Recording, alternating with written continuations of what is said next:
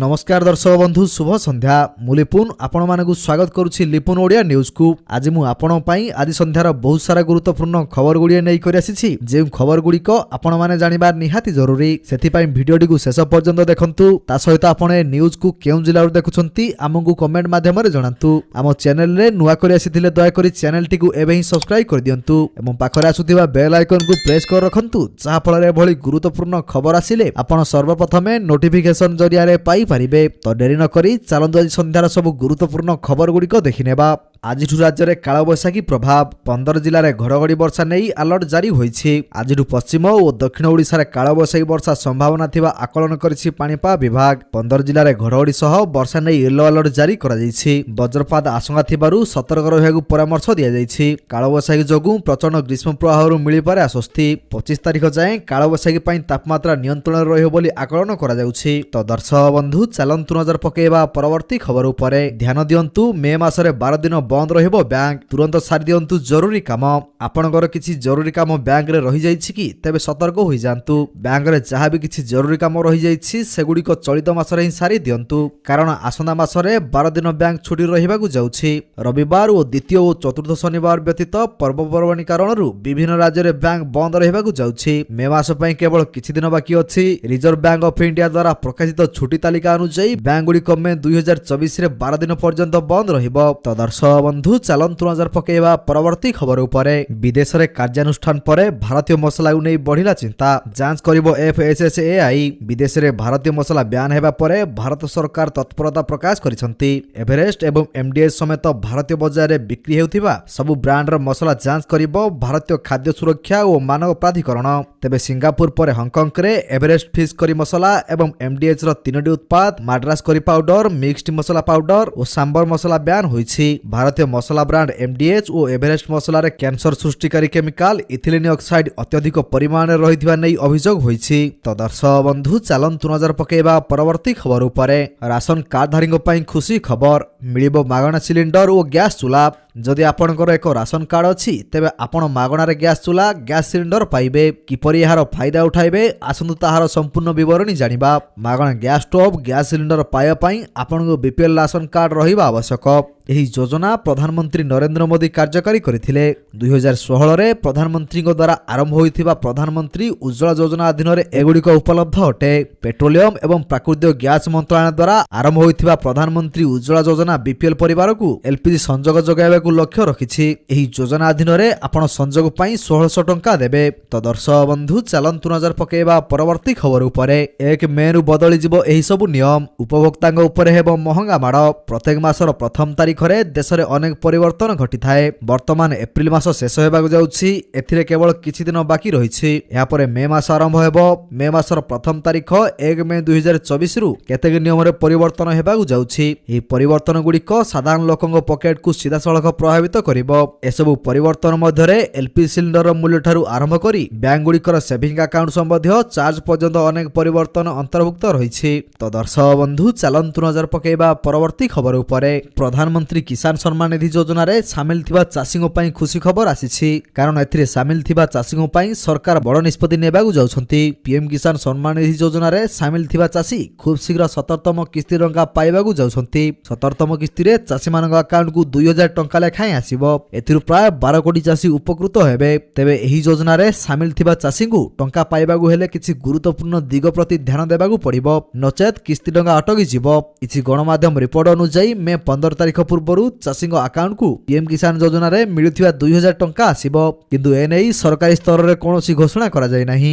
तेबे दर्शक बंधु कोन आपण माने पीएम किसान योजना रे टंका पाउछंती कि जदि पाउछंती तेबे केतोटी किस्ती पर्यंत पाइछंती ताहा मु कमेंट माध्यम रे निश्चित भाबरे जणांतु। तो दर्शक बंधु चलंतु नजर पकेबा परवर्ती खबर उपरे। मागणा रे आधार कार्ड अपडेट करिवार शेष सुजोग। आधार कार्ड सारा देश रे व्यवहृत हुए। एहाकु साधारण लोकंकर आधार कुहा जाय। आजिर समय रे एहा एक गुरुत्वपूर्ण डॉक्यूमेंट। बैंक अकाउंट खोलिबा ठारू आरंभ करी जमी और घर किनिबा पर्यंत अनेक कार्य रे एहा आवश्यक होइथाय। एपरि परिस्थिति रे आपनकर आधार कार्ड को मागणा रे अपडेट करिवार सुजोग को हाथ छडा करंतु नाही। जदि आपनकर आधार कार्ड रे किछि त्रुटि रहिछि तेबे तुरंत एहाकु ठीक करा नियंतु। तो दर्शक बंधु चलंतु नजर पकेबा परवर्ती खबर उपरे। सरकारक बड़ घोषणा ଚାଷୀଙ୍କୁ ମିଳିବ 10,000 ଟଙ୍କାର କ୍ଷତିପୂରଣ। ରାଜ୍ୟ ସରକାରଙ୍କୁ ବିରୋଧୀ ଲଗାତାର ଭାବେ ଟାର୍ଗେଟ କରୁଥିବା ବେଳେ ବଡ଼ ଘୋଷଣା କରିଛନ୍ତି ତେଲେଙ୍ଗାନା ସରକାର। ବିରୋଧୀଙ୍କ ଅଭିଯୋଗ ଚାଷୀଙ୍କ ପ୍ରତି ଧ୍ୟାନ ଦେଉନାହାନ୍ତି ସରକାର ଏବଂ ଫସଲ ନଷ୍ଟ ମଧ୍ୟ ହେଉଛି। ଏହାରି ଭିତରେ ସରକାର କୃଷକଙ୍କ ସୁବିଧା ପାଇଁ ଏକ ବଡ଼ ଘୋଷଣା କରିଛନ୍ତି। ସେହି ଅନୁଯାୟୀ ତେଲେଙ୍ଗାନାରେ ମାର୍ଚ୍ଚରେ ଅକାଳ ବର୍ଷା ହେତୁ ଫସଲ ହରାଇଥିବା ଚାଷୀଙ୍କୁ ଏକର ପିଛା 10,000 ଟଙ୍କା କ୍ଷତିପୂରଣ ଦେବାକୁ ନିଷ୍ପତ୍ତି ନିଆଯାଇଛି। ତେଲେଙ୍ଗାନା କୃଷି ବିଭାଗ ପ୍ରାଥମିକ ଆକଳନ କରିଛି ଯେ ଅକାଳ ବର୍ଷା ହେତୁ ମୋଟ 15,814 ଏକର ଫସଲ ନଷ୍ଟ ହୋଇଯାଇଛି। ସେମାନଙ୍କୁ ଏକର ପିଛା 10,000 ଟଙ୍କା କ୍ଷତିପୂରଣ ଦେବାକୁ ନିଷ୍ପତ୍ତି ନିଆଯାଇଛି। ତ ଦର୍ଶକ ବନ୍ଧୁ ଚାଲନ୍ତୁ ନଜର ପକାଇବା ପରବର୍ତ୍ତୀ ଖବର ଉପରେ। 2 ମାସ ହେଲା ଓଡ଼ିଶାକୁ ଯକ୍ଷ୍ମା ଔଷଧ ଯୋଗାଣ ବନ୍ଦ। ବାରମ୍ବାର ଅନୁରୋଧ ପରେ ବି ନିଧଡ଼ କେନ୍ଦ୍ର ସରକାର। ଟିବି ଅବା ଯକ୍ଷ୍ମା ରୋଗର ସମ୍ପୂର୍ଣ୍ଣ ବିଲୋପ ଦିଗରେ ରାଜ୍ୟ ସରକାର କାମ କରୁଛନ୍ତି। ଏପରିକି ଟିବି ନିରାକରଣ ଦିଗରେ ଓଡ଼ିଶାକୁ ସଫଳତା ମିଳିଛି, କିନ୍ତୁ ଓଡ଼ିଶାରେ ଟିବି ରୋଗୀମାନେ ଭୟଙ୍କର ସ୍ଥିତି ଦେଇ ଗତି କରୁଛନ୍ତି। ଗତ 2 ମାସ ହେଲା କେନ୍ଦ୍ର ସରକାର ଓଡ଼ିଶାକୁ ଟିବି ଔଷଧ ଯୋଗାଣ ବନ୍ଦ କରିଦେଇଛନ୍ତି। ନ୍ୟାସନାଲ ଟିବି ଏଲିମିନେସନ ପ୍ରୋଗ୍ରାମ ଯୋଜନାରେ କେନ୍ଦ୍ର ସରକାର ରାଜ୍ୟକୁ ଟିବି ଯୋଗାଇଥାନ୍ତି। ତ ଦର୍ଶକ ବନ୍ଧୁ ଚାଲନ୍ତୁ ନଜର ପକାଇବା ପରବର୍ତ୍ତୀ ଖବର ଉପରେ। ଏଣିକି ରାସନ କାର୍ଡଧାରୀଙ୍କୁ ମିଳିବ 5 ଲକ୍ଷ ପର୍ଯ୍ୟନ୍ତ ମାଗଣା ଚିକିତ୍ସା। କେମିତି ମିଳିବ ଲାଭ ଦେଖି ନିଅନ୍ତୁ। ରାସନ କାର୍ଡଧାରୀଙ୍କୁ ସରକାର ସମୟ ସମୟ ସୁବିଧା ପ୍ରଦାନ କରନ୍ତି। ଏହି କାର୍ଡ ଅଧୀନରେ ଲୋକମାନେ କେବଳ ମାଗଣା ରାସନ ନୁହେଁ ଅନେକ ସରକାରୀ ଲାଭ ମଧ୍ୟ ପାଇଥାନ୍ତି। ଏହି କ୍ରମରେ ଆଉ ଏକ ଖୁସି ଖବର ଦେଇଛନ୍ତି ସରକାର। ଆପଣଙ୍କ ପାଖରେ ରାସନ କାର୍ଡ ଥିଲେ ଆପଣଙ୍କୁ ମାଗଣା ଚିକିତ୍ସା ସୁବିଧା ପ୍ରଦାନ କରିବେ ସରକାର। ପ୍ରଧାନମନ୍ତ୍ରୀ ଜନ ଆରୋଗ୍ୟ ଯୋଜନା ଅଧୀନରେ ଦେଶର କୋଟି କୋଟି ରାସନ କାର୍ଡଧାରୀଙ୍କୁ ସରକାର ମାଗଣାରେ ଚିକିତ୍ସା ସୁବିଧା ଯୋଗାଇ ଦେଉଛନ୍ତି। ବର୍ତ୍ତମାନ ଲକ୍ଷ ଲକ୍ଷ ଲୋକଙ୍କ ଆୟୁଷ୍ମାନ କାର୍ଡ ପ୍ରସ୍ତୁତ କରାଯାଇଛି ଓ ଏହି କାର୍ଡ ସାହାଯ୍ୟରେ 5 ଲକ୍ଷ ପର୍ଯ୍ୟନ୍ତ ମାଗଣା ଚିକିତ୍ସା ଦିଆଯାଉଛି। ତ ଦର୍ଶକ ବନ୍ଧୁ ଚାଲନ୍ତୁ ନଜର ପକାଇବା ପରବର୍ତ୍ତୀ ଖବର ଉପରେ। କର୍ମଚାରୀ ଶିକ୍ଷକଙ୍କୁ ମିଳିବ ଦରମା ବୃଦ୍ଧିର ଲାଭ। ଆସିବ ଅଧିକ ଟଙ୍କା। କର୍ମଚାରୀ ଶିକ୍ଷକମାନଙ୍କ ପାଇଁ ରିଲିଫ ଖବର ଅଛି। ଦରମା ବୃଦ୍ଧିରେ ସେମାନେ ଲାଭ ପାଇବେ। ସେମାନଙ୍କର ଦରମା ସ୍ଥିର ହେବାକୁ ଯାଉଛି। 13,000ରୁ ଅଧିକ ଶିକ୍ଷକ ଏବଂ କର୍ମଚାରୀ ଏଥିରୁ ଉପକୃତ ହେବେ। ବିହାର ରାଜ୍ୟର ସଂସ୍କୃତ ବିଦ୍ୟାଳୟ ଏବଂ ମଦ୍ରାସା କାର୍ଯ୍ୟାଳୟରେ 13,000 ଶିକ୍ଷକ ଏବଂ କର୍ମଚାରୀଙ୍କ ଦରମା ନିର୍ଣ୍ଣୟ କରାଯିବ। ବାସ୍ତବରେ ଆଚରଣ ସଂହିତା ସମାପ୍ତ ହେବା ସହିତ ଏଥିପାଇଁ ପ୍ରକ୍ରିୟା ଆରମ୍ଭ ହୋଇପାରିବ। ତ ଦର୍ଶକ ବନ୍ଧୁ ଚାଲନ୍ତୁ ନଜର ପକାଇବା ପରବର୍ତ୍ତୀ ଖବର ଉପରେ। ପାଣି ବୋତଲ ବିକ୍ରି ପାଇଁ ଜୁନରୁ ନୂଆ ନିୟମ ଲାଗୁ। BIS ପ୍ରମାଣପତ୍ର ବାଧ୍ୟତାମୂଳକ। ବଜାରରେ ବିକ୍ରି ହେଉଥିବା ପାଣି ବୋତଲକୁ ନେଇ ଦେଶରେ ଖୁବ୍ ଶୀଘ୍ର ଲାଗୁ ହେବାକୁ ଯାଉଛି ନୂଆ ନିୟମ। ପାଣି ବୋତଲ ବିକ୍ରି କ୍ଷେତ୍ରରେ କେନ୍ଦ୍ର ସରକାର କଡ଼ା ଆଭିମୁଖ୍ୟ ଗ୍ରହଣ କରିବାକୁ ଯାଉଛନ୍ତି। ଏଣିକି ପାଣି ବୋତଲ ବିକ୍ରି କରିବାକୁ ହେଲେ କମ୍ପାନୀଗୁଡ଼ିକୁ ଭାରତୀୟ ମାନକ ବ୍ୟୁରୋର ପ୍ରମାଣପତ୍ର ହାସଲ କରିବାକୁ ପଡ଼ିବ। ଏହି ନୂଆ ନିୟମକୁ ସରକାର ଆସନ୍ତା ଜୁନ ମାସରୁ ଲାଗୁ କରିବାକୁ ଯାଉଛନ୍ତି। ଯଦି ଏହା ହୁଏ ତେବେ ବଜାରରେ ବିକ୍ରି ହେଉଥିବା ସାଧାରଣ ବୋତଲ ଗାୟବ ହୋଇଯିବ। ତ ଦର୍ଶକ ବନ୍ଧୁ ଚାଲନ୍ତୁ ନଜର ପକାଇବା ପରବର୍ତ୍ତୀ ଖବର ଉପରେ। ସାଟେଲାଇଟ ଫଟୋରୁ ଇସ୍ରୋର ବଡ଼ ଖୁଲାସା। ଆସୁଛି ଜଳ ପ୍ରଳୟ, ଦେଖନ୍ତୁ ହିମାଳୟରେ କିପରି ରହିଛି ବିପଦ ଘଣ୍ଟି। ହିମାଳୟ ଶତାବ୍ଦୀ ଧରି ଭାରତର ମୁକୁଟ ହୋଇ ରହି ଆସୁଛି।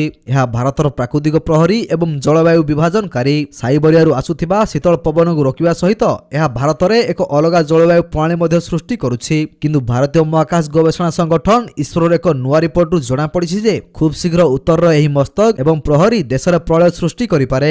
ହିମାଳୟର ବୃହତ ଗ୍ଲେସିୟର ଏବଂ ବରଫର ବିଶାଳତା ହେତୁ ହିମାଳୟକୁ ତୃତୀୟ ଧ୍ରୁବ ମଧ୍ୟ କୁହାଯାଏ। ତ ଦର୍ଶକ ବନ୍ଧୁ ଚାଲନ୍ତୁ ନଜର ପକାଇବା ପରବର୍ତ୍ତୀ ଖବର ଉପରେ। ଆପଲର ବଡ଼ ଘୋଷଣା। ଭାରତରେ ଯୋଗାଇବ 5 ଲକ୍ଷରୁ ଅଧିକ ଚାକିରି। ବିଶ୍ୱର ଅଗ୍ରଣୀ ସ୍ମାର୍ଟଫୋନ ନିର୍ମାତା ଆପଲ ଭାରତ ପାଇଁ ଏକ ବଡ଼ ଯୋଜନା ପ୍ରସ୍ତୁତ କରିଛି। ଆପଲର ଏହି ଯୋଜନା ଚାକିରି ଖୋଜୁଥିବା ଲୋକଙ୍କୁ ବହୁତ ଖୁସି କରିବ। ଆଇଫୋନ ଉତ୍ପାଦନକାରୀ କମ୍ପାନୀ ଆସନ୍ତା 3 ବର୍ଷରେ ଭାରତରେ ପ୍ରାୟ 5 ଲକ୍ଷ ନିଯୁକ୍ତି ସୃଷ୍ଟି କରିବ। ଏହି ଚାକିରିଗୁଡ଼ିକ ଆପଲ ବିକ୍ରେତାଙ୍କ ମାଧ୍ୟମରେ ପ୍ରଦାନ କରାଯିବ। ବର୍ତ୍ତମାନ ଆପଲ ବିକ୍ରେତା ଏବଂ ଯୋଗାଣକାରୀମାନେ ଭାରତରେ 1.5 ଲକ୍ଷ ଲୋକଙ୍କୁ ଚାକିରି ଯୋଗାଇ ଦେଇଛନ୍ତି। ତ ଦର୍ଶକ ବନ୍ଧୁ ଚାଲନ୍ତୁ ନଜର ପକାଇବା ପରବର୍ତ୍ତୀ ଖବର ଉପରେ। ବାଲିଷ୍ଟିକ୍ ମିସାଇଲ ମାଡ଼ କଲା ଉତ୍ତର କୋରିଆ। ଜାପାନରେ ହାଇ ଆଲର୍ଟ ଜାରି। ଦକ୍ଷିଣ କୋରିଆର ପୂର୍ବ ଉପକୂଳରେ ଉତ୍ତର କୋରିଆ ମିସାଇଲ ମାଡ଼ କରିବା ପରେ ଜାପାନରେ ହାଇ ଆଲର୍ଟ ଜାରି ହୋଇଛି। ଏପ୍ରିଲ 22 ଜାପାନର କୋଷ୍ଟଗାର୍ଡ ପକ୍ଷରୁ ଆଲର୍ଟ ଜାରି ହୋଇଥିବା ବେଳେ ଉତ୍ତର କୋରିଆ ପରମାଣୁ ଶକ୍ତି ସମ୍ପନ୍ନ ମିସାଇଲ ମାଡ଼ କରିଥିବା ନେଇ ସୂଚନା ଦେଇଛି। ଜାପାନର ଏକ୍ସକ୍ଲୁସିଭ ଇକୋନୋମିକ୍ ଜୋନ୍ ବାହାରେ ଉତ୍ତର କୋରିଆର ମିସାଇଲ ମାଡ଼ ହୋଇଥିବା ନେଇ NHK ନ୍ୟୁଜରେ ଖବର ପ୍ରସାରିତ ହୋଇଛି। ତ ଦର୍ଶକ ବନ୍ଧୁ ଚାଲନ୍ତୁ ନଜର ପକାଇବା ପରବର୍ତ୍ତୀ ଖବର ଉପରେ। ତ ଦର୍ଶକ ବନ୍ଧୁ ପ୍ରତ୍ୟେକ ଦିନ ଏହିପରି ସକାଳର ଗୁରୁତ୍ୱପୂର୍ଣ୍ଣ ଖବରଗୁଡ଼ିକ ଦେଖିବା ପାଇଁ ଆମ ଚ୍ୟାନେଲକୁ ସବସ୍କ୍ରାଇବ କରିଦିଅନ୍ତୁ। କାହିଁକିନା ପ୍ରତ୍ୟେକ ଦିନର ଏପରି ବଛା ବଛା ଖବରଗୁଡ଼ିଏ ଆମେ ଆପଣମାନଙ୍କ ପାଇଁ ନେଇକରି ଆସୁଛୁ, ଯାହାର ଅପଡେଟ୍ ଆପଣମାନେ ଆମ ଚ୍ୟାନେଲ ମାଧ୍ୟମରେ ପାଇପାରିବେ। ତେଣୁ ଚ୍ୟାନେଲକୁ ସବସ୍କ୍ରାଇବ କରି ବେଲ୍ ଆଇକନକୁ ପ୍ରେସ୍ କରିବା ପାଇଁ ଜମାରୁ ଭୁଲନ୍ତୁ ନାହିଁ। ଭିଡ଼ିଓଟିକୁ ଶେଷ ପର୍ଯ୍ୟନ୍ତ ଦେଖିଥିବାରୁ ଆପଣଙ୍କୁ ବହୁତ ବହୁତ ଧନ୍ୟବାଦ। ଜୟ ଜଗନ୍ନାଥ।